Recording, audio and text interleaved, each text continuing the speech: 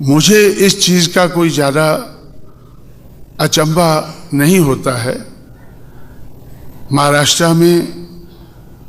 है तो अचंभे वाली बात है, दुख वाली बात है कि गणेश जी का गणेश क्या लिखा उसका नाम, गणेश का जन्मदिन अभी आज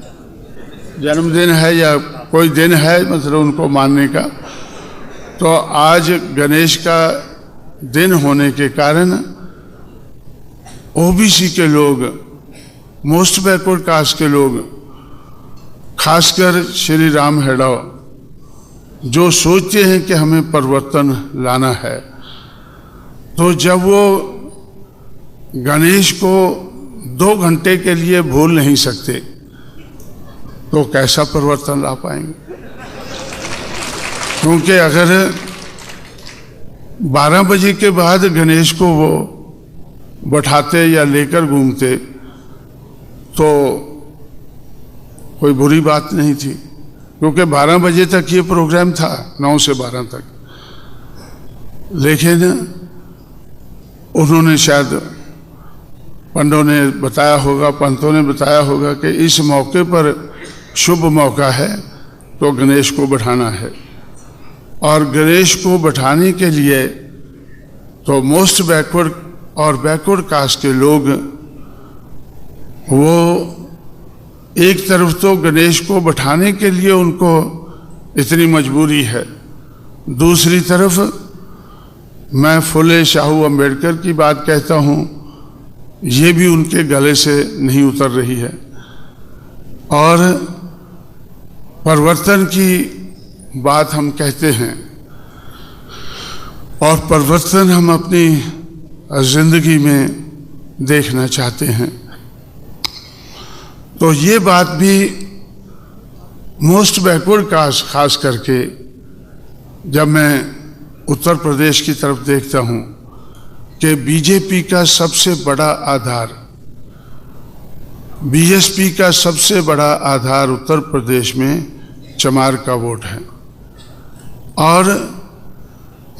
बीजेपी का सबसे बड़ा आधार मोस्ट बैकवर्ड है। पार्टी तो मोस्ट बैकवर्ड वाले भी जानते हैं कि ये पंथों की पार्टी है, बनियों की पार्टी है, ये क्षत्रियों की पार्टी है, ये जानते हुए भी मोस्ट बैकवर्ड कास्ट के लोग बीजेपी का आधार बने हुए हैं। और मुझे ऐसा लगता है कि अगर बैकवर्ड और मोस्ट बैकवर्ड कास्ट के लोग बीजेपी और शिवसेना का आधार ना बनते तो आज बीजेपी और शिवसेना की सरकार महाराष्ट्र में हमें देखने को ना मिलती। उनका भी तो कोई आधार है, और आधार कौन है? महाराष्ट्र में बैकवर्ड और मोस्ट बैकवर्ड हैं। उत्तर प्रदेश में भी लगभग ऐसा ही है, लेकिन बैकवर्ड में से जो यादव है वो उनका आधार अभी तक नहीं है, और कुणबी, आधा कुणबी बीजेपी के साथ है और आधा कुणबी कांशीराम और मुलायम सिंह के साथ है। और लोग जिस कम्युनिटी से कल्याण सिंह है वो लगभग टोटल बीजेपी के साथ है।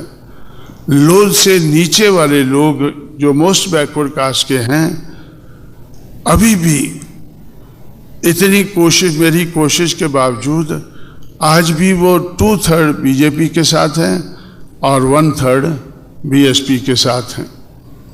मोस्ट बैकवर्ड कास्ट के लोग।